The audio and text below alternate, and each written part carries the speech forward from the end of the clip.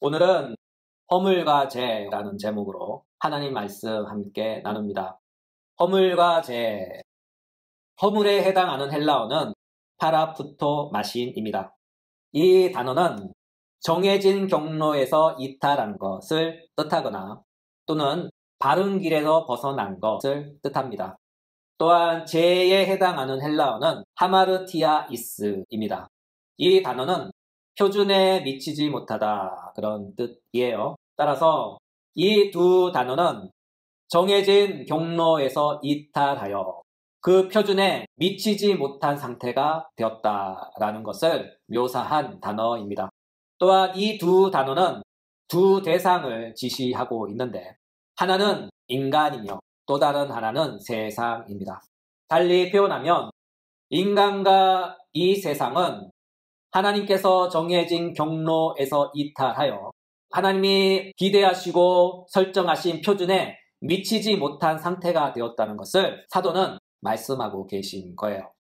사도의 이와 같은 관점에 따르면 인간은 원래 하나님께서 의도하셨던 그 길과 하나님께서 정하셨던 그 표준에 도달해야 했던 존재인 것이죠. 그러나 인간은 허물과 죄로 인해 하나님께서 정하신 길에서 한참 벗어났다. 경로에서 탈선했다. 그런 뜻이죠. 인간은 하나님께서 원래 원하셨던, 정하셨던 그 표준에 도달해야 했던 존재였어요. 그러나 인간은 허물과 죄로 인해서 하나님께서 정하신 길에서 한참 벗어나 그 기준에 도달하지 못했죠. 이와 같은 이해를 돕기 위해서 구약 성경에서 그 예를 하나 찾아보겠습니다. 다니엘서 5장 1절부터 28절, 조금 긴데 중간중간에 생략되어 있어요.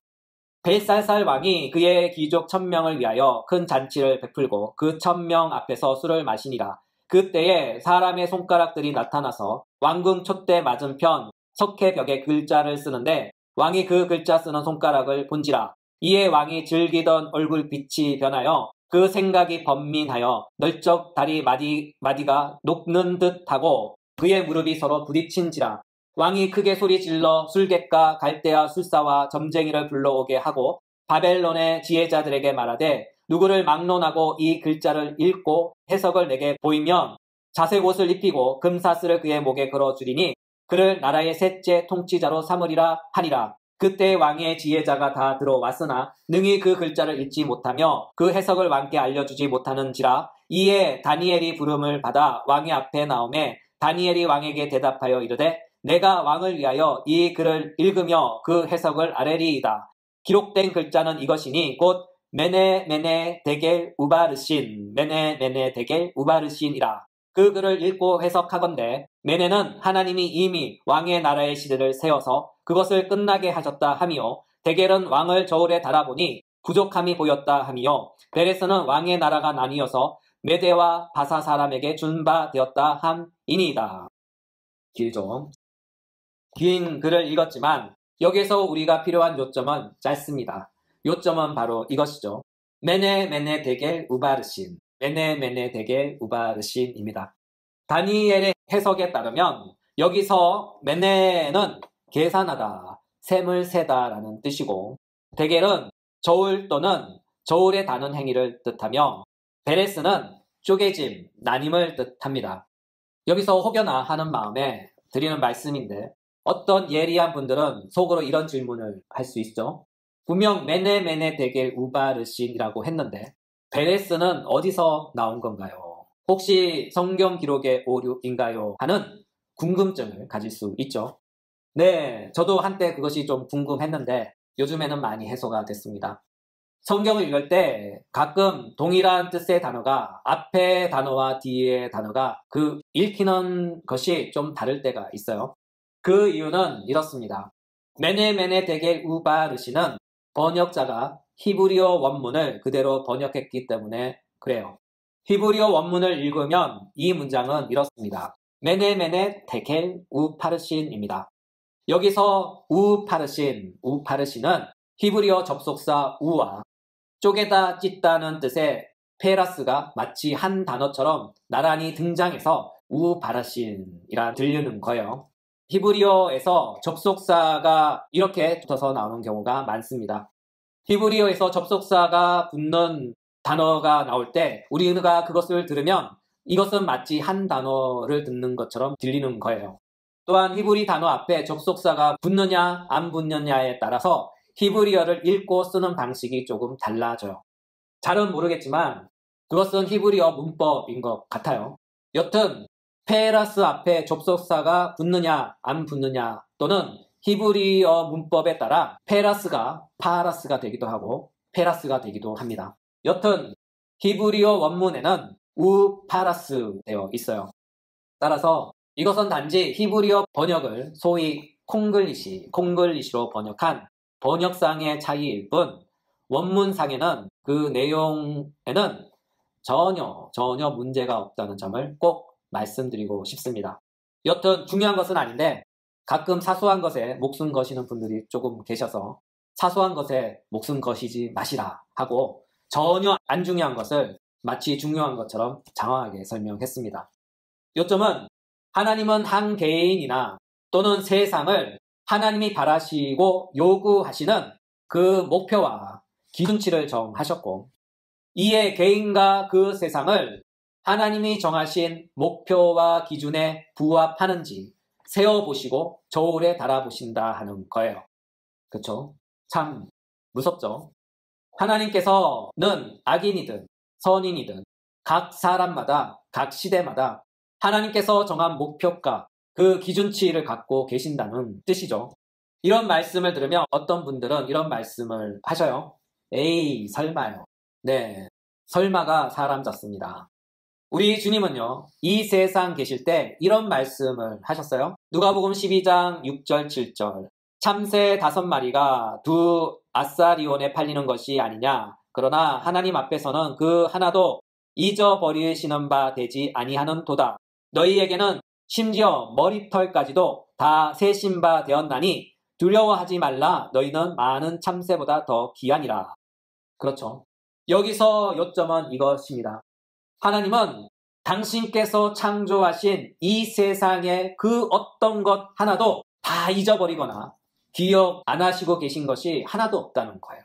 다 기억하시며 다 눈여겨보고 계신다는 거죠. 또한 그것을 섭리하신다고 말씀하셔요. 달리 표현하면 하나님은 창조하신 모든 세상을 일일이 다 간섭하시고 친히 다스리십니다. 여기서 모든 세상에는 비이성적 존재들, 곧 우리가 알 수 없는 저 땅속 깊숙이 있는 또는 물속에 있는 동물들이나 또는 동물들 안에 존재하는 미생물들이나 돌들이나 바위나 이 모든 것들 또한 이성적 존재들, 곧 사람과 천사들까지도 하나님은 모두 다 섭리하고 계신다는 거죠. 하나하나 일일이 다 세워보시고 확인하시고 측량하시고 그에 합당한 값을 매기신다는 거예요. 이와 같은 까닭에 성경은 하나님의 섭리를 이렇게 소개하고 있어요. 시편 37편 23절 24절 여호와께서 사람의 걸음을 정하시고 그의 길을 기뻐하시나니 그는 넘어지나 아주 엎드러지지 아니함은 여호와께서 그의 손으로 붙드심이로다. 시편 기자는 무엇을 강조합니까? 하나님께서 사람의 걸음을 정하셨다. 하나님께서 사람의 걸음을 정하셨다고 합니다. 그래요.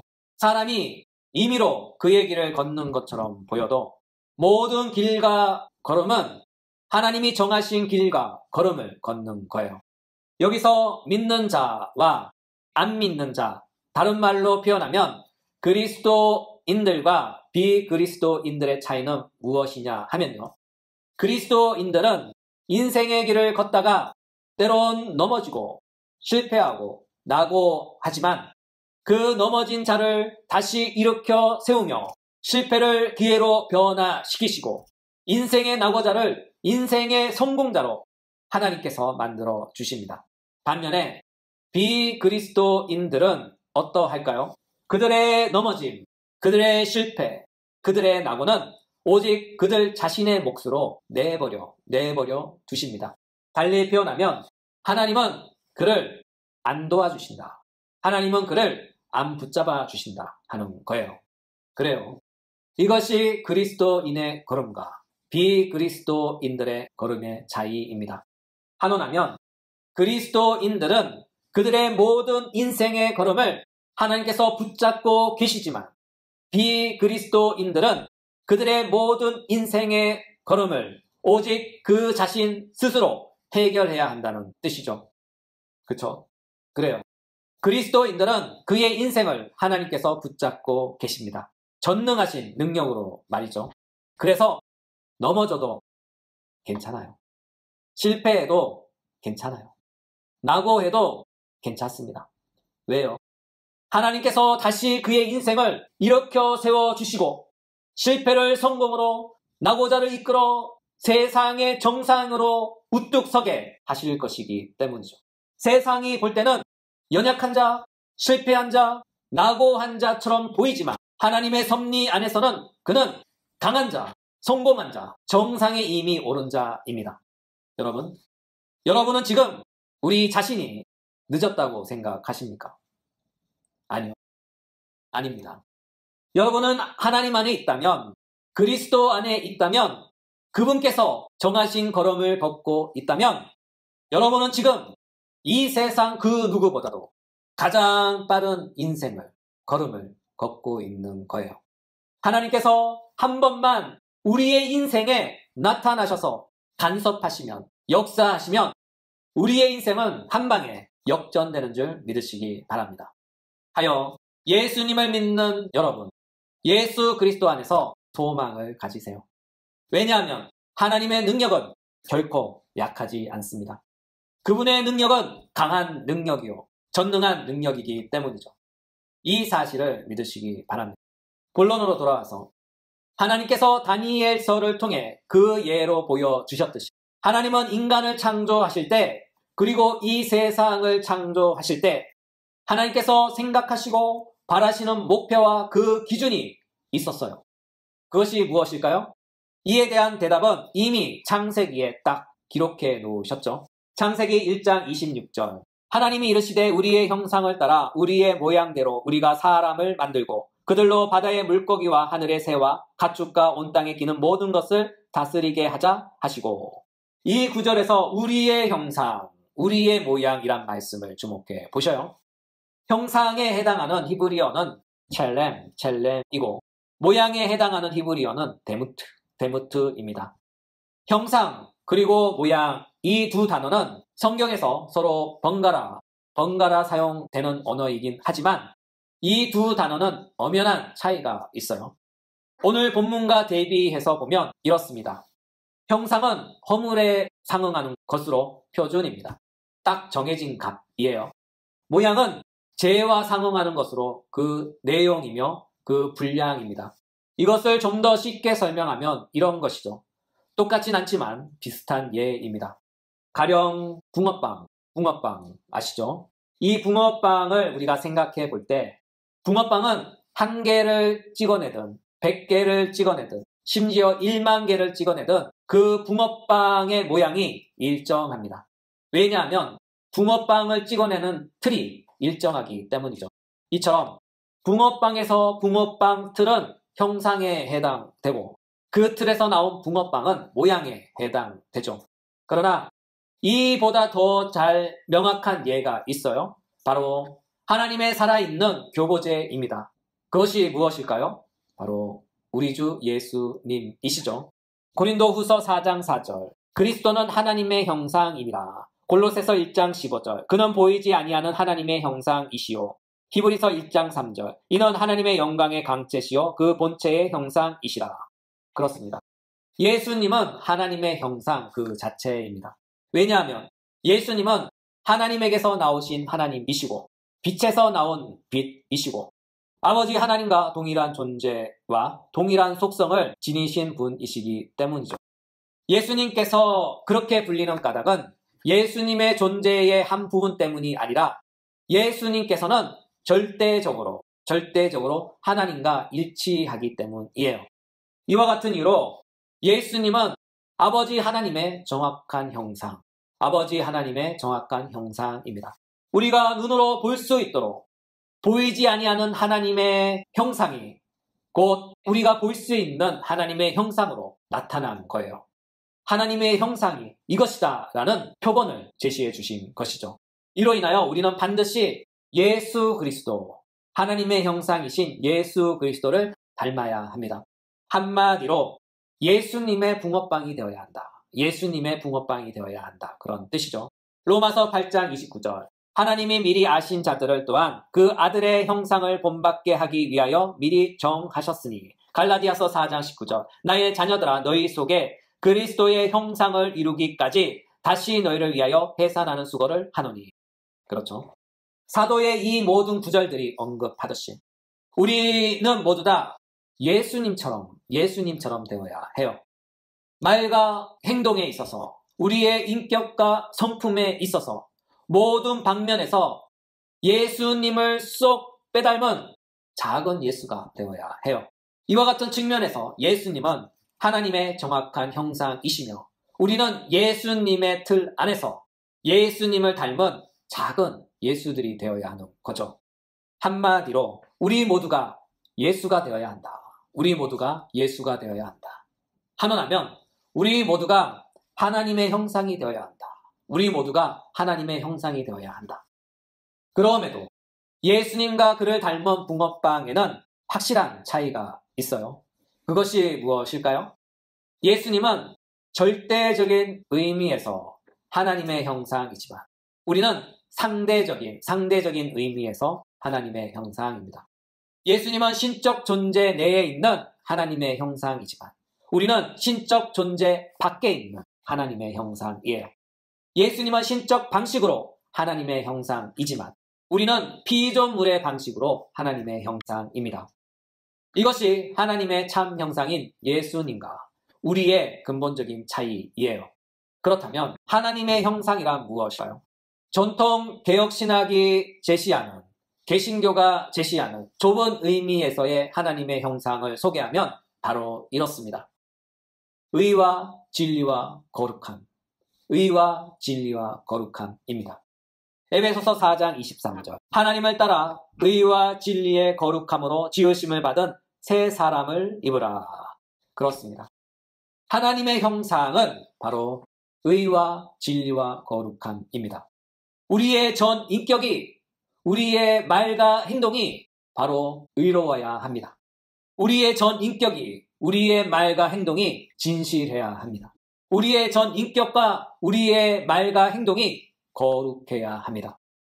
왜냐하면 우리의 하나님은 이것을 명령하셨기 때문이죠. 베드로전서 4장 16절. 기록하였으되 내가 거룩하니 너희도 거룩할지어다. 이것이 바로 하나님의 형상, 곧 예수 그리스도의 형상입니다. 이와 같은 형상을 위한 모양을 만들기 위해 하나님이 보내신 말씀 사역자들이 이 일을 위해 평생 수고하고 헌신하는 거예요. 사도는 말씀합니다. 에베소서 4장 13절. 우리가 다 하나님의 아들을 믿는 것과 아는 일에 하나가 되어 온전한 사람을 이루어 그리스도의 장성한 분량이 충만한 데까지 이르리니. 따라서 우리는 형상에 있어서뿐 아니라 그 모양에 있어서도 예수가 되어야 합니다. 달리 표현하면 우리가 믿는다라고 말을 하면서 그리스도인이라는 가면만 쓰는 것이 아니라 진실로 그 내용에 있어서도 참 그리스도인이 되어야 한다는 거예요. 하노라면 무늬만 기독교인이 아니라 그 내용 또한 참 기독교인이어야 한다는 뜻입니다. 이와 같은 맥락에서 본문의 허물과 죄를 묵상해 볼 때 허물은 하나님이 정하신 형상에서 벗어난 거예요. 이탈한 거죠. 한마디로 경로를 벗어났다는 거죠. 이로 인하여 자연스레 연결되는 결론은 바로 죄라는 거죠. 죄는 허물의 모양이자 그 내용물입니다. 사도의 가르침에 따르면 허물과 죄의 결과는 바로 이런 거예요. 에베소서 2장 2절. 그때에 너희는 그 가운데서 행하여 이 세상 풍조를 따르고 공중의 권세 잡은 자를 따랐으니 곧 불순종의 아들들 가운데서 역사하는 영이라. 사도의 말씀을 주목해 보셔요. 사도는 허물의 가장 근본적인 원인을 지적하고 있는데 그것이 무엇인가 하면요. 바로 불순종이라고 합니다. 그리고 불순종의 내용은 바로 불순종을 행한다고 합니다. 하노라면 허물과 죄가 가리키는 최초의 발언 지점은 바로 불순종이라는 거예요. 불순종이 모든 허물과 죄의 근원이며 발원지입니다. 하나님은 사람에게 명령하셨죠. 창세기 2장 16절 17절 여호와 하나님이 그 사람에게 명하여 이르시되 동상 각종 나무의 열매는 내가 임의로 먹되 선악을 알게 하는 나무의 열매는 먹지 말라. 내가 먹는 날에는 반드시 죽으리라. 그렇습니다. 허물과 죄의 근원은 바로 이와 같은 에덴 동산에서 시작되었어요. 선한 사람, 가장 하나님의 형상을 쏙 빼 닮은 사람, 최초의 사람에게 하나님은 명령하셨어요. 선악을 알게 하는 나무의 열매는 먹지 말라. 선악을 알게 하는 나무의 열매는 먹지 말라. 하나님의 형상인 첫사람, 하나님의 이 명령의 말씀에 어떻게 해야 했을까요? 당연히 순종해야 했죠. 그러나 그는 불순종했어요. 하나님의 말씀에 명령에 불순종으로 반응한 거예요. 그 결과 그는 하나님의 형상이 마땅히 되어야 하지만 그는 하나님의 형상에서 이탈하여 그 형상에 이르지 못한 것이죠. 달리 표현하면 하나님이 정하신 걸음에서 탈선한 것이죠. 하나님이 바라시는 사람이 되지 못한 거예요. 이것이 바로 허물이며 이것이 바로 죄입니다. 더욱 자세한 내용은 다음 주에 이어서 하도록 하겠습니다.